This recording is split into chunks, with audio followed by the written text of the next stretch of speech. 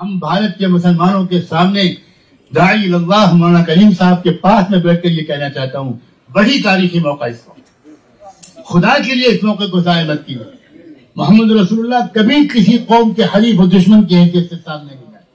محمد رسول اللہ اپنے بدترین دشمنوں کے خیر خواہ کی حیثیت سے ہمیشہ سامنے آئے، اور ہمیشہ ایسے ہی ہوا کہ آپ کا صبر، آپ کے اخلاق، آپ کی خدمت کا طریقہ، آپ کا معاف کرنے کا انداز، اس نے ہی دل جیتے ہیں۔ کاش کہ میں اور بھی کچھ باتیں آپ کے سامنے پیش کر سکتا۔ یاد رکھیں، دعوت اللہ کے مختلف طریقے ہیں۔ قرآن مجید نے مختلف انبیاء علیہ السلام کے الگ الگ طریقے بیان کیے ہیں، ہر نبی کا الگ طریقہ رہا، یہ بہت اہم بات ہے۔ میں ایک آخری بات کی، حضرت یوسف علیہ السلام کے واقعے کو آپ کی خدمت میں پیش کرنا چاہتا ہوں۔ یوسف علیہ السلام، میں پیچھے سے نہیں شروع کروں گا ورنہ وقت زیادہ لگے گا۔ ان کی دعوتی درد، ان کا جذبہ دعوت، اس کا اندازہ کیجئے کہ وہ جیل میں ہیں، بے گناہی کے باوجود جیل میں ٹھوس دیے گئے ہیں، اور جیل کے دو قیدی جو ان کے ساتھ ہی جیل میں داخل ہوئے تھے، وَدَخَلَ مَعَهُ السِّجْنَ فَتَيَانِ، ان دو وہ ذاتی ایک خواب دیکھتے ہیں کچھ دن ساتھ میں رہنے کے بعد، اور پورے جیل کے لوگوں کو اندازہ ہو جاتا ہے کہ یوسف بہت پاکیزہ انسان ہے۔ اتنا ایسا کیریکٹر یوسف کا سامنے آیا جیل میں کہ جیلر نے، جو جیل کا چیف سپرنٹینڈنٹ تھا، اس نے یوسف علیہ السلام کو جیل کی پوری کمان دے دی۔ ابن کثیر نے لکھا ہے کہ پوری کمان دے دی اور کہا کہ جیل کا پورا انتظام آپ کے حوالے ہے، میں صرف نگرانی کروں۔ اب آپ مجھے بہت اطمینان ہے کہ آپ پوری جیل، رات بھر عبادت کرتے تھے رات کے اکثر حصے میں یوسف، اور دن بھر جیل کے مریضوں کا علاج کرتے تھے، غریبوں کی خدمت کرتے تھے۔ عجیب انداز تھا، اس انداز نے دل موہ لیا، اور تمام قیدیوں کے وہ ایک بالکل پیارے محبوب سینئر ساتھی، ایک رہبر، ایک معلم بن گئے۔ جب بھی تصویر سامنے آئی، انہی دنوں میں دو قیدیوں نے خواب دیکھے۔ دونوں قیدی حضرت یوسف کے پاس آئے اور انہوں نے آ کر خواب کی تعبیر پوچھی۔ دونوں کو خواب کی تعبیر بتانے سے پہلے، کمال ہے یوسف علیہ السلام کے جذبہ دعوت کا۔ کیا میں تعبیر ضرور بتاؤں گا، لیکن میں تم سے اس سے پہلے کچھ بات کرنا چاہتا ہوں۔ اور بات کیا تھی؟ ارباب متفرقون خیر ام اللہ الواحد القہار۔ میرے دونوں ساتھی، یا صاحبی السجن، کیا ایڈریس، یا صاحبی السجن، اے میرے جیل کے دونوں ساتھیوں، اتنا بتا دو کہ بہت سے رب یہ سمجھ میں آتے ہیں یا ایک رب سمجھتے ہیں۔ انہیں خواب کی تعبیر بتانے سے پہلے دعوت دے رہے ہیں، وہ نہیں چاہ رہے کہ ایک منٹ ضائع ہو، اتنا دعوت کا جذبہ ہے۔ لیکن یہی یوسف علیہ السلام، ان کا ایک اور مجلس سامنے آتی ہے۔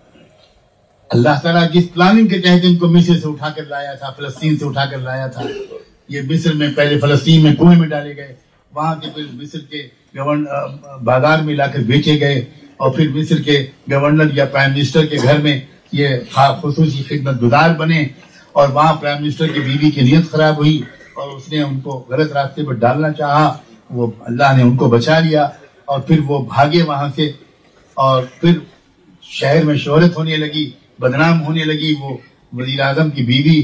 تو اس نے الٹا بدلہ لیا، اس نے کہا کہ اگر ان کو جیل میں نہ ٹھوسا گیا تو پھر الٹا یہی مشہور ہو جائے گا کہ مجرم یوسف نہیں تھے، یہ خود عورت تھی، تو صرف اپنے کو بچانے کے لیے ایک بے گناہ کو جیل میں ٹھوس دیا گیا۔ یہ سب قرآن میں کوئی تاریخ کی باتیں نہیں بیان کر رہا ہوں، یوسف علیہ السلام کے قصے کی تمام باریک جزیات پیش تک قرآن نے ایک ہی صورت میں بیان کی، اور وہ جیل میں ٹھوس دیے گئے۔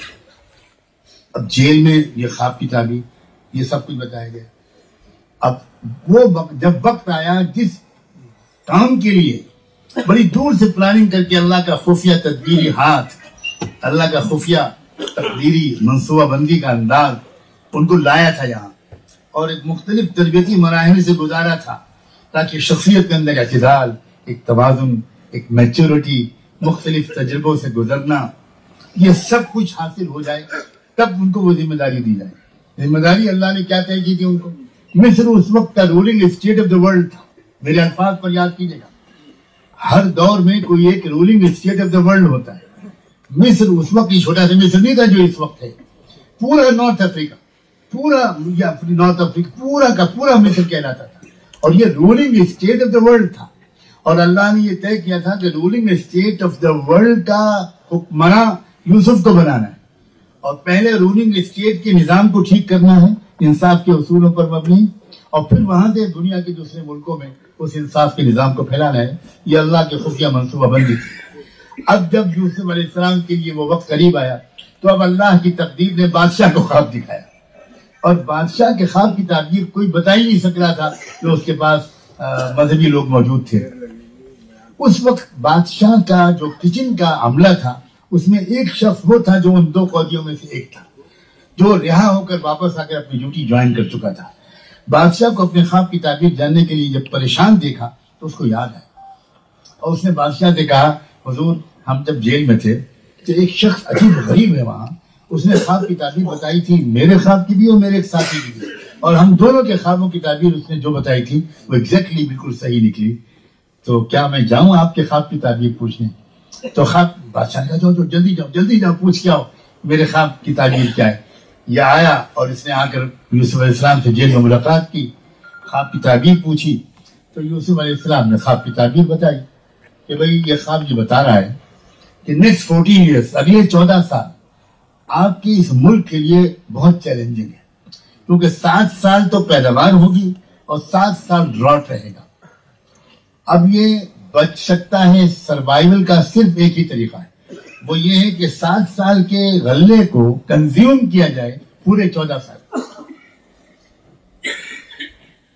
اور اس کا طریقہ بھی بتا دیا، طریقہ بتایا، صرف خواب کی تعبیر نہیں بتائی، ہمدردی کی انتہا۔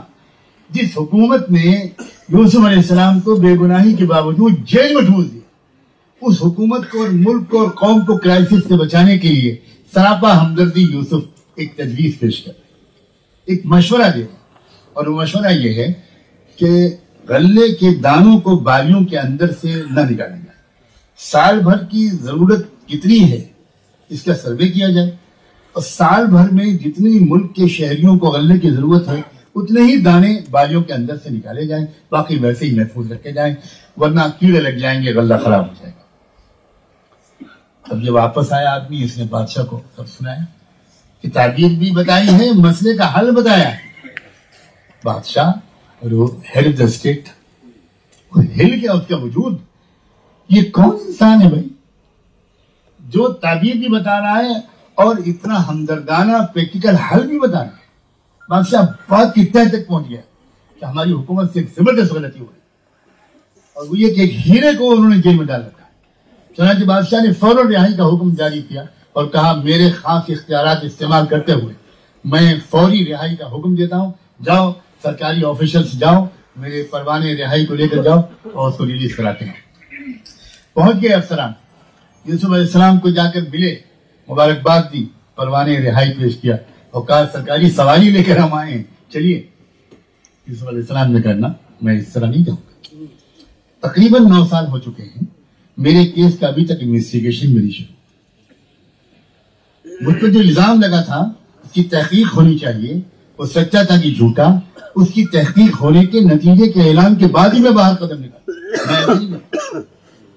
اب پھر واپس یہ لوگ آئے خالی ہاتھ، بادشاہ انتظار میں تھا، بادشاہ کو جواب بتایا، بادشاہ اور حیران کہ یہ کس کیریکٹر کا انسان ہے، یہ کس کیریکٹر کا انسان ہے۔ بادشاہ فوراً اس نے ایک فیصلہ کیا اور اس نے عدالت خود طلب کر لی، سارا ریکارڈ خود منگوا لیا، مقدمے کے 3 فریق تھے، تینوں کو خود سمن کر لیا، اپنے محل میں بادشاہ نے خود عدالت لگائی۔ اس میں پہلا فریق تھا جو سول سوسائٹی کی بیگمات تھی، میری تعبیر پر ذرا داد دینی چاہیے آپ کو، نسوۃ فی المدینہ، یہ سول سوسائٹی کی بیگمات دنیا کی سب سے خطرناک مخلوق ہوتی ہے، اور میں کلچرل سینٹر میں بیٹھ کر یہ بات کہہ رہا ہوں، مجھے اس پر زیادہ خوشی ہے، یہ سب سے خطرناک مخلوق۔ یورپ کو تباہ جو کیا ہے وہ سول سوسائٹی کی خواتین نے کیا ہے۔ کاش لوگ یورپ کی بربادی کی تاریخ پڑھتے، فیمنزم کی جو تحریک چلی ہے اور اس کی تاریخ پڑھتے، یورپ کو جو برباد کیا ہے وہ سول سوسائٹی کی خواتین نے کیا، غیر تربیت یافتہ خواتین۔ چنانچہ یہی خواتین تھی جو پورے ملک میں یوسف علیہ السلام کا کیریکٹر اسیسینیشن کر رہی تھی، اس طرح سے کیوں سمجھیے کہ اس زمانے کا سوشل میڈیا تھا. ہمت تو نہیں ہے یہاں کہنے کی، لیکن سنا ہے کہ کچھ عورتوں کا یہ مزاج ہوتا ہے کہ وہ کوئی بات جو کہتی ہیں اپنی کسی کلوز سہیلی سے، تو یہ کہہ کے کہتی ہیں کہ تم سے کہہ رہی ہوں کسی اور سے مت کہہ. اور اگر آپ کو خبر پھیلانا ہو تو اس میڈیا کو استعمال کیجئے، انشاءاللہ فجر کی نماز سے پہلے اور ٹاک آف دا ٹاؤن بنے. تو غالباً ایسے ہی ہوا ہوگا اس وقت. اس لیے مولانا سنبھال رہے ہیں، کہہ رہے ہیں کہ اب تو بہت زیادہ کرنے رہے. میں اس کی بھی تائید کرتا ہوں. اصل میں ڈاکٹر سے کہنا ہے کہ مردوں کے اندر بھی مشترکہ بیماریاں آ رہی ہیں.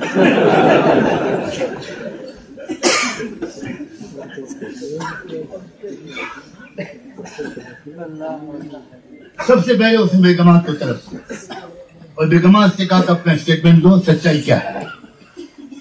8-9 سال پہلے کیا واقعہ پیش ہے. بیگمات نے بادشاہ کے تیور دیکھے اور کھڑے ہو کر اعتراف اقبال جرم کیا. ہم سب نے جھوٹ بولا تھا، یوسف بالکل پاک دم ہے، ہم اقبال جرم کرتے. ان کی باری گئی. اس کے بعد بلایا گیا خود اس لیڈی کو جو فرسٹ لیڈی تھی بتائی، یا پرائم منسٹر کی بیوی تھی، عزیز مصر کی بیوی، تو جس نے اصل میں یہ سارا کھیل کھیلا تھا، اس کو بلایا گیا. اس سے پوچھا گیا تمہارا اسٹیٹمنٹ کیا ہے.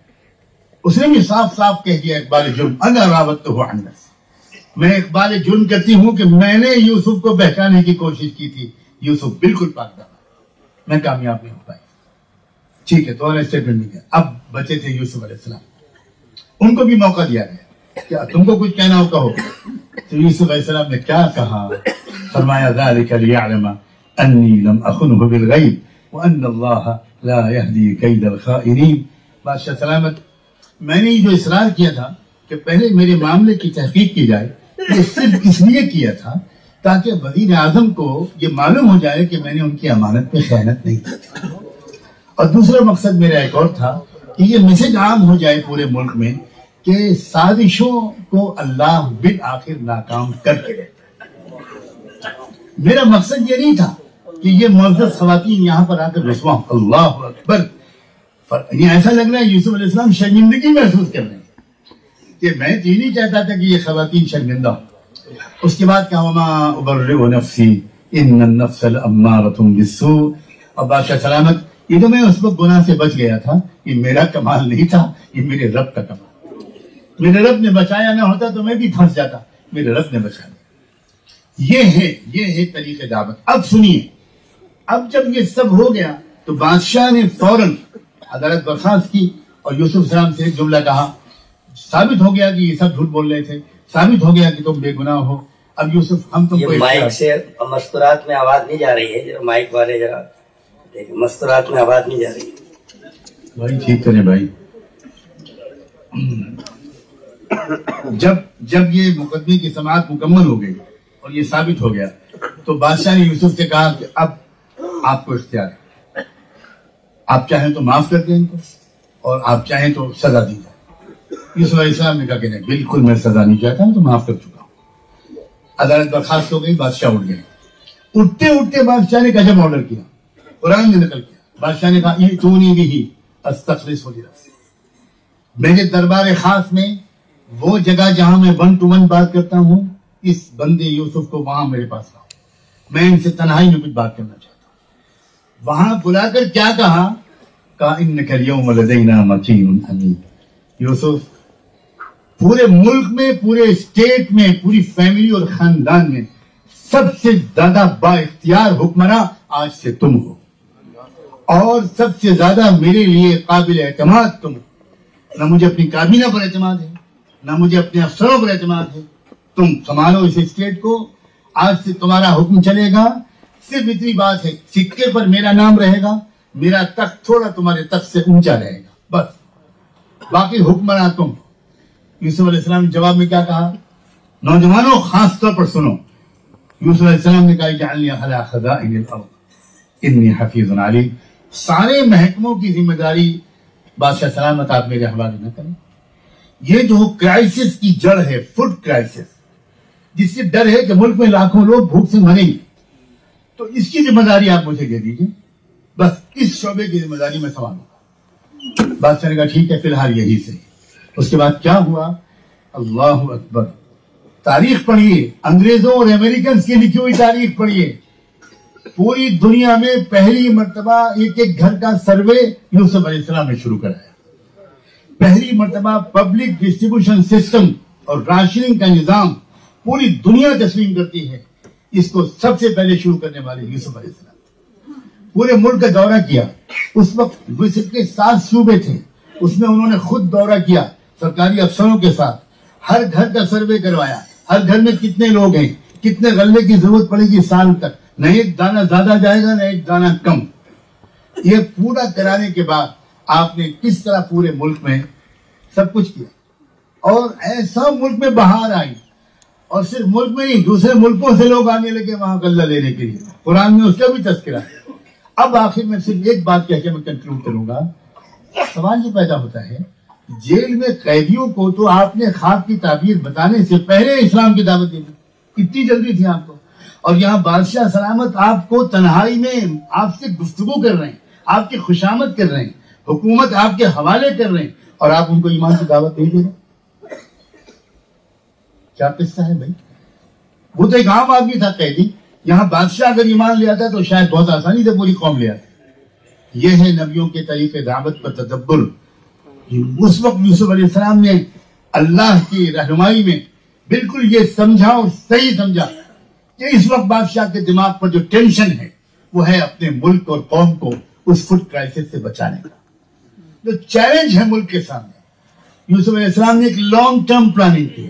اگر میں ملک کو ان مسائل سے نکال دوں گا, اس کرائسس سے بچا لوں گا, تو ملک پورا کا پورا ایمان میں آ جائے گا. اور تاریخ اٹھا کر دیکھیے 40 سال کے اندر اس پورے ملک میں ایک بھی غیر مسلم نہیں رہا, ایک بھی غیر مسلم نہیں رہا, ایک بھی غیر مسلم نہیں رہا. عوام کے اندر, بوڑھوں جوانوں سب کے اندر کہیں یہ کون فرشتہ ہے بھائی, یہ کتنا انصاف کرتا ہے, یہ کتنا پیارا انسان ہے. اس نے پورے ملک کا آرڈر ٹھیک کر دیا, پورے ملک کا آرڈر بدل دیا, پورے ملک کا سسٹم بدل دیا, پورے ملک سے کرپشن کو ختم کر دیا, پورے ملک سے ایکسپلائٹیشن کو ختم کر دیا, اتنی بڑی مصیبت سے ہم کو بچا لیا. تو جواب میں کیا کہا جاتا تھا؟ صرف یہ کہا جاتا تھا کہ ابراہیم, اسماعیل اور اسحاق اور یعقوب جو ایک پاکیزہ تہذیب لے کر آئے تھے, بس میں تو اس پر عمل کرنے کی کوشش کر رہا ہوں. اس میں سارے انسانوں کی خدمت ایک رکن کی حیثیت سے تھی. یہ میرا فرض ہے جو میں ادا کر رہا ہوں, کوئی احسان نہیں کر رہا ہوں. بس جو سنتا تھا بالواسطہ گاؤں میں جا کر پورا ملک